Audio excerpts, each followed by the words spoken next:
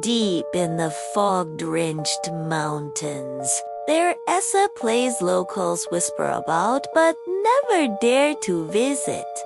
Saint Jude's asylum for the criminally insane. But this wasn't just any hospital. It was a government black site. A laboratory where the very limits of human pain were tested, pushed, and shattered. Marcus, a cocky urban explorer with a hunger for online fame, saw St. Jude's as his ticket to the big time. On a Tuesday night, armed with a high-powered flashlight and a GoPro strapped to his chest, he slipped through the rusted gates. He was looking for ghosts.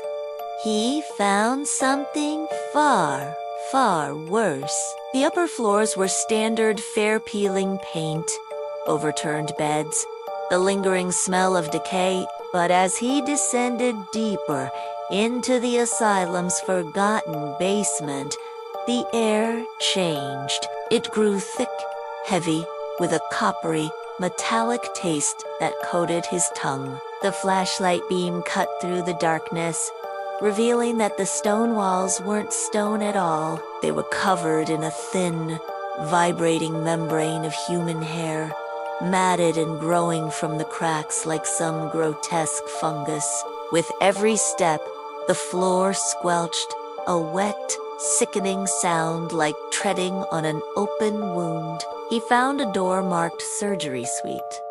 Pushing it open, he stepped into his own personal hell. In the center of the room stood a chair, a throne built entirely from human teeth. Thousands of them molars, incisors, canines all bleached bone white and fused into a single, nightmarish piece of furniture. And someone was sitting in it. It wore a nurse's uniform, crisp and white, but its head was a thing of pure terror. Where a face should have been, a circular saw blade was embedded in the flesh, its jagged teeth spinning slowly.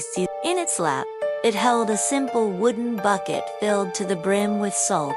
Before Marcus could even process the horror, the heavy steel door slammed shut behind him with a deafening boom. The nurse rose from the chair. It didn't walk.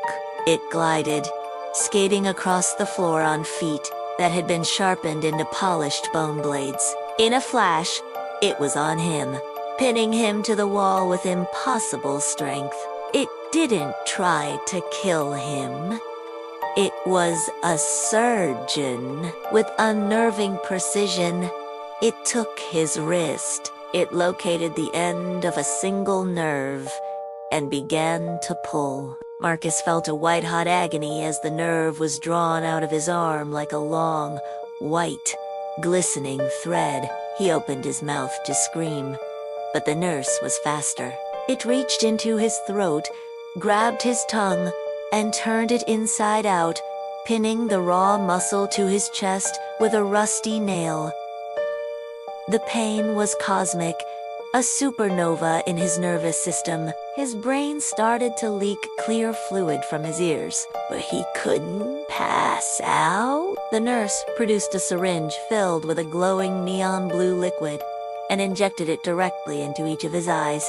A chemical designed for one purpose: to keep the victim 100% conscious, even as their body is dismantled piece by piece. It dragged his paralyzed, whimpering body towards the back of the room, to a section labeled the Red Room.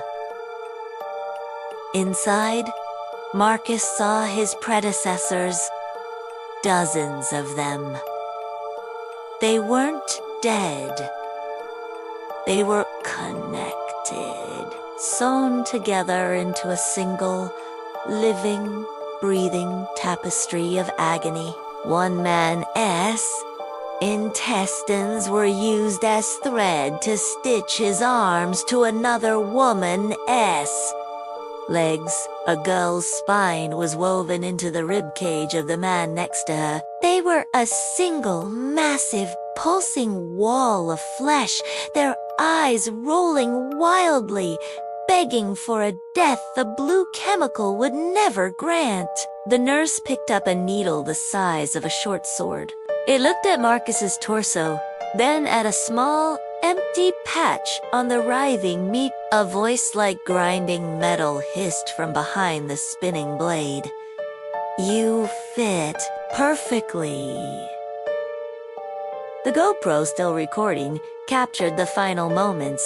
It filmed as the nurse pulled Marcus's skin back like a curtain, exposing his frantic, pulsing heart.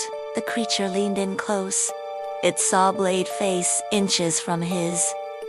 "Don't worry," it whispered. "The first 100 years are the hardest. After that, you forget what it's like to have a soul." The camera clattered to the floor, landing in a spreading pool of blood. The final frame is a blurry angled shot of the wall. Marcus's face is being stitched into place, his eyes wide open, forever watching the door, waiting for the next explorer to arrive.